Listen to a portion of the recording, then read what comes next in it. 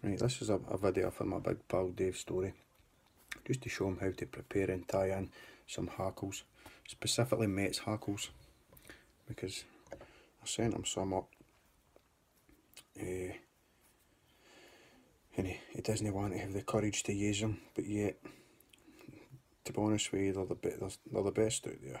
I mean, you get people saying that Indian and Chinese cock necks and hen capes and all the rest of it are the best because of the price, but really that's utter rubbish. Don't listen to the hype.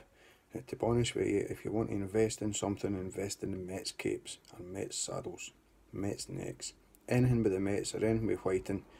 It makes tying the fly much easier. You get a presentation lovely. I mean, half of my flies, it's all because I use the best materials. I mean, practice does pay off, but it's all in your materials at the end of the day, in your hooks, in your thread.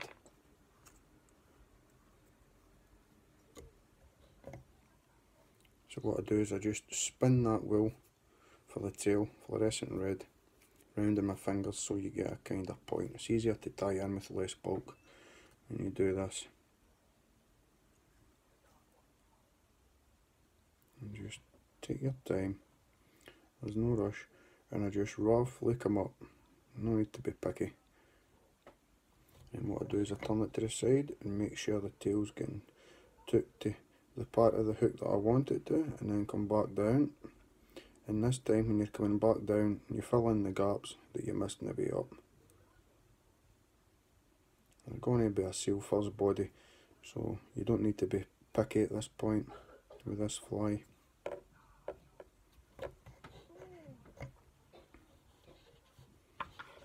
And then at this point here, I just take the size of the tail, which is just under the size of the body for this fly. That's perfect. And then I bring in the Uni French, gold, medium and oval.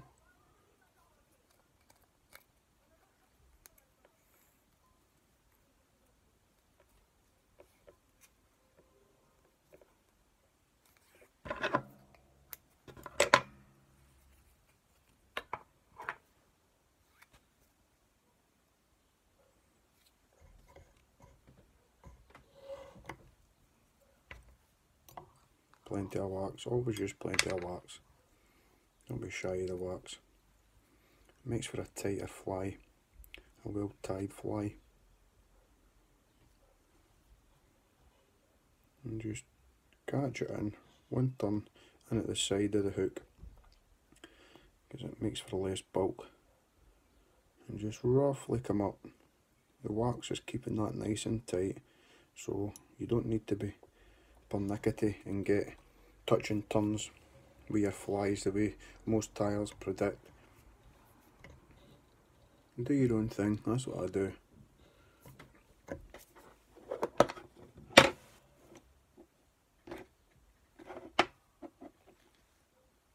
mean, there's no written rule with fly tying. We all just help each other and advise each other. Right, and then bring in some Frankie McPhillips red sails fur.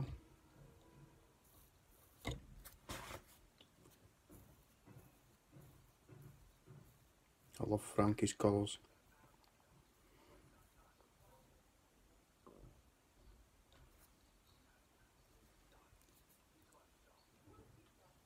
And just a couple of wee turns. And gently twist, turn, twist, turn, twist, turn, all the way down. So the body's nice and compact and all even.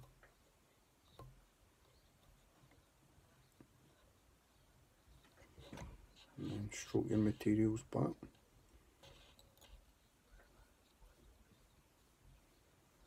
And tidy up. It's essential to tidy up for a nice neat head, because a nice neat head finished with some nice UV resin is a bonus. Makes the presentation of the fly much better, much tidier.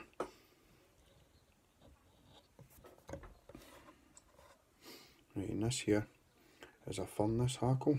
a Metz Hackles saddle, grade 2. I'll let you see that better. See how you've got the black running down the middle? Makes for a more natural Palmer when you choose the furnace. You can also use natural brown, doesn't really matter.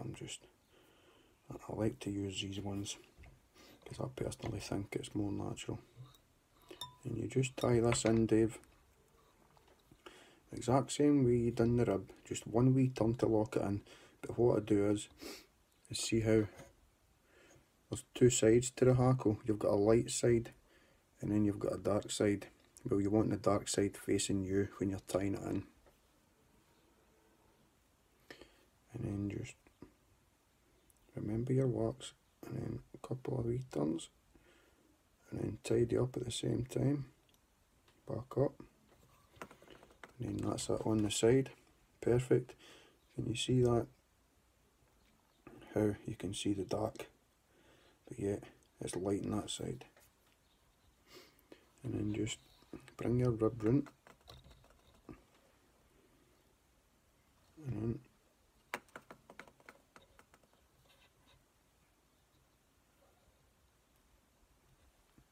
spin and do a couple of wee turns at the head, and then start your Palmer. And I just give rough spacings. There's no need to be fancy about it if it's a fish and fly, because the fish don't really care. They're just looking for the profile and the colour. And then twist as you're winding down.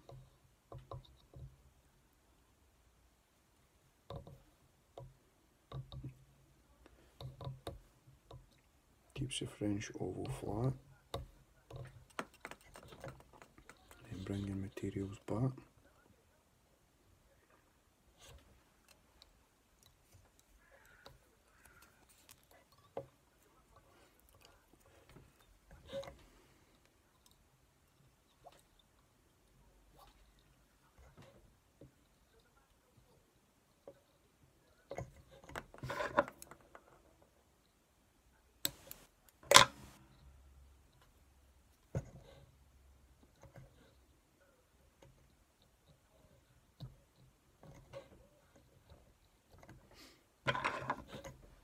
And just come in and trim your saddle. And that can be used for another fly.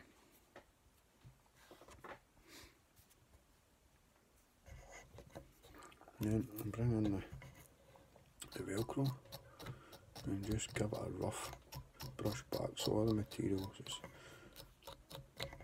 back the same, and you're just slightly pulling out the dubbing. Don't want to pull it too much. And then just give the tail a wee lactate.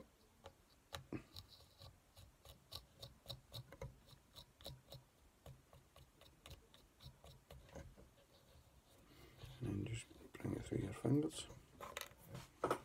And at this point, and just tidy up.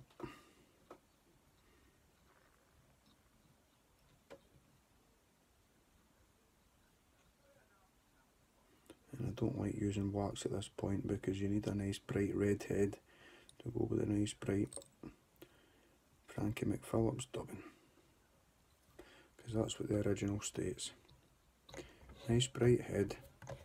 And then you bring in your hen Metz Hackle, and this one's been dyed golden ochre specifically for the few traditional patterns that I fish. It just gives them a wee spicing up, so it does. You don't need all this flash, just a wee dyed hackle, just to spice it up and normal. Right, so what you do is, see how it's curving both ways?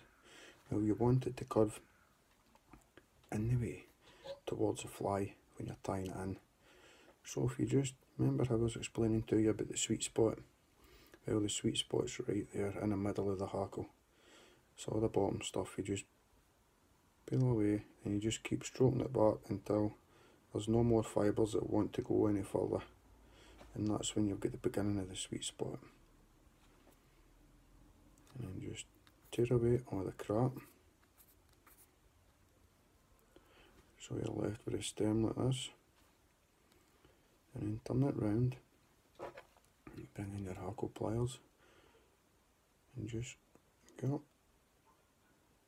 about a quarter till you're there, and that's exposing the sweet spot, but at the same time you've still got plenty of head at the front, or a hackle tip, sorry, to tie in securely without it breaking. And what I do is just wet that wee bit so it goes into a point, and then the same again, bring it in at the side, and remember, see how the hackle's curving in towards the fly. That's how you tie it in curve facing the fly, and then a couple of wee turns, and that's it, secure enough to cut away the waste, and then tidy up.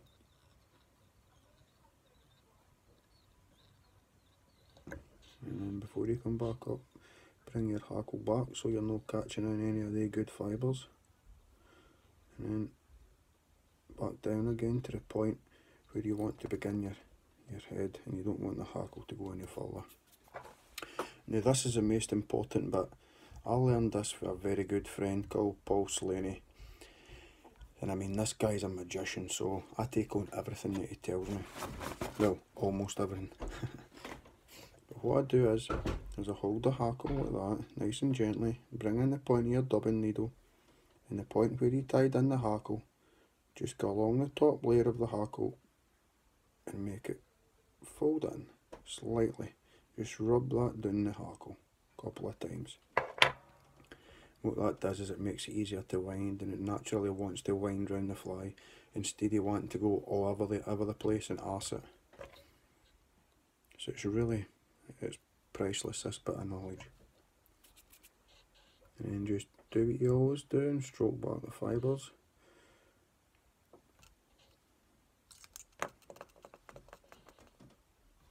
And it gives it less effort of a turn. Plus the hackle sits absolutely lovely.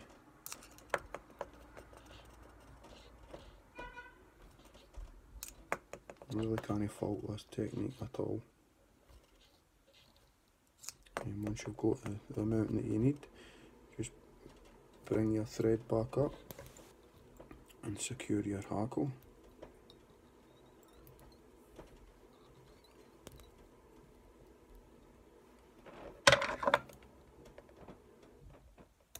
Trim your waist.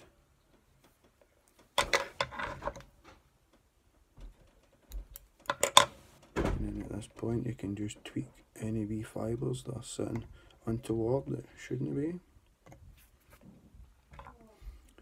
And then the tiniest amount of wax just to tidy up the head.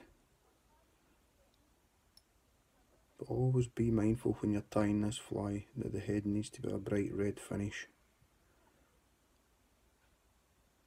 I don't need to be too pernickety with this fly because I've got some lovely red resin there for laser fly fishing. It's just a new product for France, but it's really fantastic. I've used a lot of top brands and this one beats them all. And I'm not one for telling lies about any good product, because let's face it, Deer Creek and Bug Bond are good products, but this stands out. And there's your fly, and then I come in with the laser red UV resin, and like you do with any resin or varnish, a good old shake.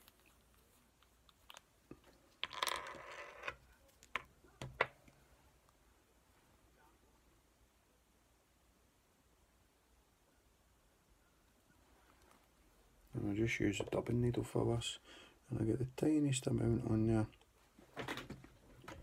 and then what I do is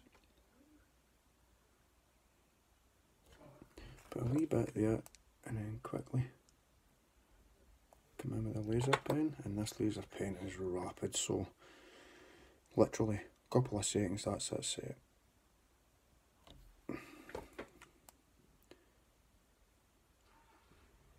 all these other pens, all these other UV setters and UVs that I've used, they take ages to set, and then they're all sticky and tacky, and your material and your tail and your everything else, whatever you're doing, tag or heat, all sticks to it.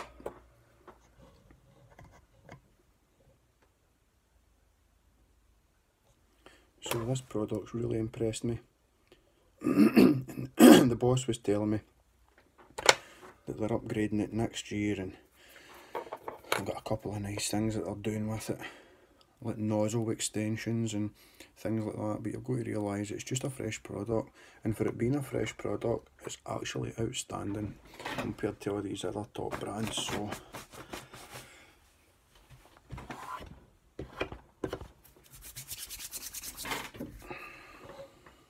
and there you go.